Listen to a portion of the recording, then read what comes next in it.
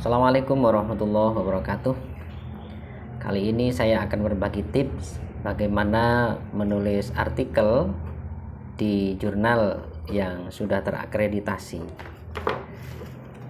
Tips yang pertama adalah carilah jurnal yang sesuai dengan kemampuan kita.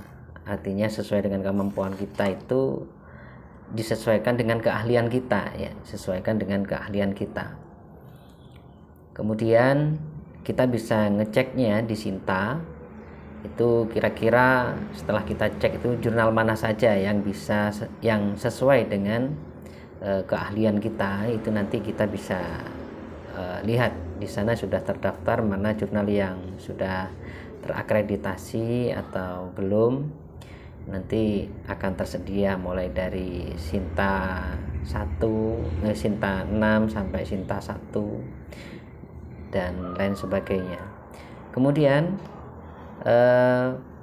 pahami skop dan fokus, ya. Sebelum kita menulis jurnal, lebih baik kita memahami skop dan fokus dari jurnal itu sendiri. Artinya ketika kita tidak memahami skop dan fokusnya, bisa jadi tulisan kita atau artikel kita itu sebelum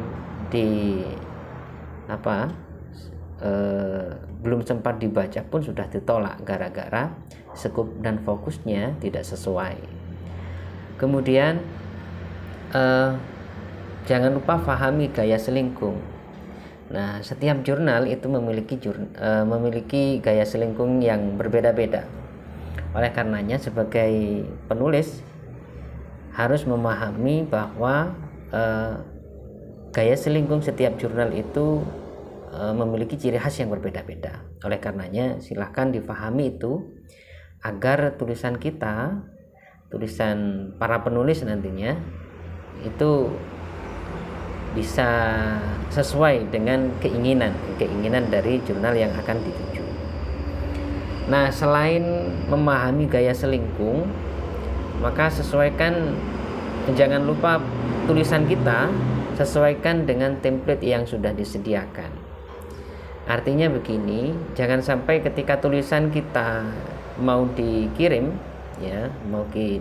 ke pengelola jurnal, jangan sampai pengelola jurnal itu belum membaca, itu sudah menolak duluan gara-gara tulisan kita tidak disesuaikan dengan template yang disediakan.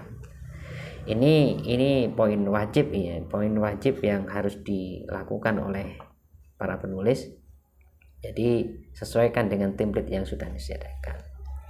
Kemudian selain menyesuaikan template adalah artikel kita sebisa mungkin itu harus orisinil. Orisinil di sini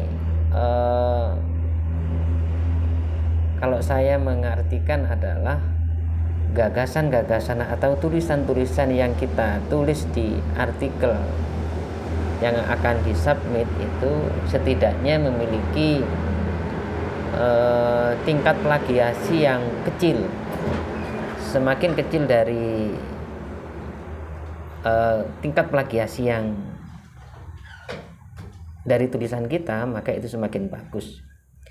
Nah, kemudian jangan lupa bahwa menulis artikel di jurnal-jurnal yang sudah bereputasi, maka lakukan upaya bahwa referensi yang digunakan itu minimal atau minimal 80% itu referensi yang terbaru. Referensi yang diambil dari jurnal top di dunia. Semakin banyak referensi yang kita ambil dan itu memiliki unsur kebaruan dalam arti penerbitan, terus kemudian gagasan dan lain sebagainya, itu akan menjadi poin tersendiri bagi penulis agar artikelnya itu nanti bisa dilirik, bisa mudah diterima oleh pengelola jurnal. Kemudian serasikan dengan gaya reviewer, ya. Jadi di jurnal itu ada jajaran reviewer yang nanti akan mereview tulisan kita. Jadi sebelum kita mengirim, hendaknya kita melihat siapa saja yang akan menjadi reviewer dari tulisan kita. Semisal tulisan ekonomi misalnya, maka kita bisa melihat di jajaran reviewer itu nanti siapa saja yang akan mereview di jurnal ekonomi. Nah, kemudian kita bisa melihat rekam jejak atau karya-karya dari reviewer itu di Google Scholar misalnya. Itu kalau misalnya kita sudah bisa melihat dari karya-karya beliau, maka tidak ada salahnya kita menggunakan karya beliau sebagai rujukan dari tulisan kita. Kemudian kalau misalnya ada tanggapan dari reviewer, silahkan ditanggapi semua. Artinya tanggapan dari reviewer itu bukan berarti tulisan saudara atau tulisan bapak ibu semua itu kurang bagus, tidak.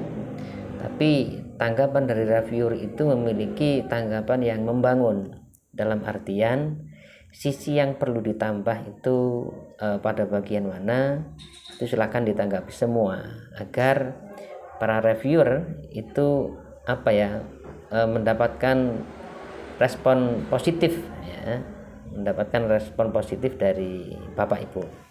Kemudian jangan lupa bahwa judul dan abstrak itu menjadi poin. Ibarat kita beli HP itu judul itu ada di tampilan. Kemudian upayakan ketika menulis itu harus lebih dari satu orang ya, karena kalau lebih dari satu orang itu ada upaya untuk diskusi, tukar pikiran, dan ada sumbangsih dari penulis lain. Dan yang terakhir, jangan lupa sebagus apapun karya kita, jangan sampai salah sasaran ketika kita mau memasukkan tulisan kita ke jurnal. Jadi upayakan jangan sampai tulisan kita atau jurnal kita itu justru masuk ke jurnal abal-abal. Sekian tips dari saya ya. Sampai jumpa lagi di tips-tips selanjutnya. Assalamualaikum warahmatullahi wabarakatuh.